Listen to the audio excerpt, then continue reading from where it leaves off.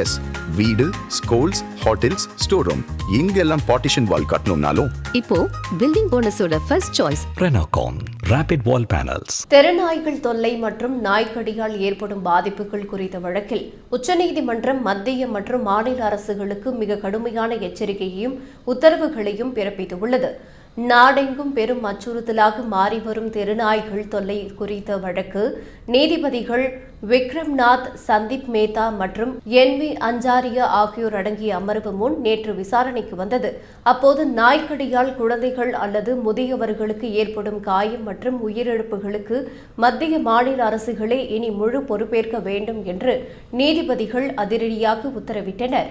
கடந்த 5 ஆண்டுகளாக தெருநாய்களை கட்டுப்படுத்த மத்திய மாநில அரசுகள் எந்தவொரு உருப்படியான நடவடிக்கையும் எடுக்கவில்லை என நீதிபதிகள் வேதனை தெரிவித்தனர். நாய்க்கடியால் பாதிக்கப்படுபவர்களுக்கு மிகப்பெரிய அளவிலான இழப்பீட்டுத் தொகையை அரசுகள் வழங்க வேண்டும் என்றும் இதற்கான சட்டப்பூர்வ அமலாக்கத்தை நீதிமன்றம் உறுதி செய்யும் என்றும் அவர்கள் கூறினர். தெருநாய்களுக்கு உணவு அளிப்பவர்களையும் நாய்க்கடி சம்பவங்களுக்கு பொறுப்பாக்க வேண்டும் என நீதிமன்றம் சுட்டிக்காட்டியுள்ளது. உண்மையிலேயே நாய்கள் மீது அன்பு இருந்தால் அவற்றை உங்கள் வீட்டிற்கு எடுத்துச் சென்று வளர்க்க வேண்டியதுதானே, ஏன் தெருக்களில் அலைய விடுகிறீர்கள் என்று நீதிபதிகள் கேள்வி எழுப்பினர்.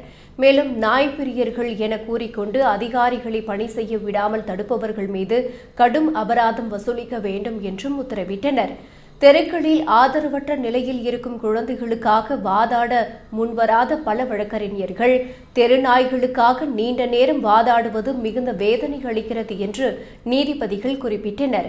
பொதுமக்களின் பாதுகாப்பை உறுதி செய்ய தேவையான உத்தரவுகளை பிறப்பிக்க தன்னார்வ தொண்டு நிறுவனங்கள் முட்டுக்கட்டை போடக்கூடாது என்றும் அரசுகள் இதுகுறித்து முறையான திட்டங்களை வைத்திருக்க வேண்டும் என்றும் நீதிபதிகள் வலியுறுத்தினர். நெடுஞ்சாலைகள், பள்ளிகள் மற்றும் மருத்துவமனைகள் போன்ற மக்கள் அதிகம் கூடும் இடங்களில் தெருநாய்கள் வராமல் தடுக்க வேலி அமைக்க வேண்டும் என்ற முந்தைய உத்தரவை விரைந்து செயல்படுத்தவும் நீதிமன்றம் ஆணையிட்டுள்ளது.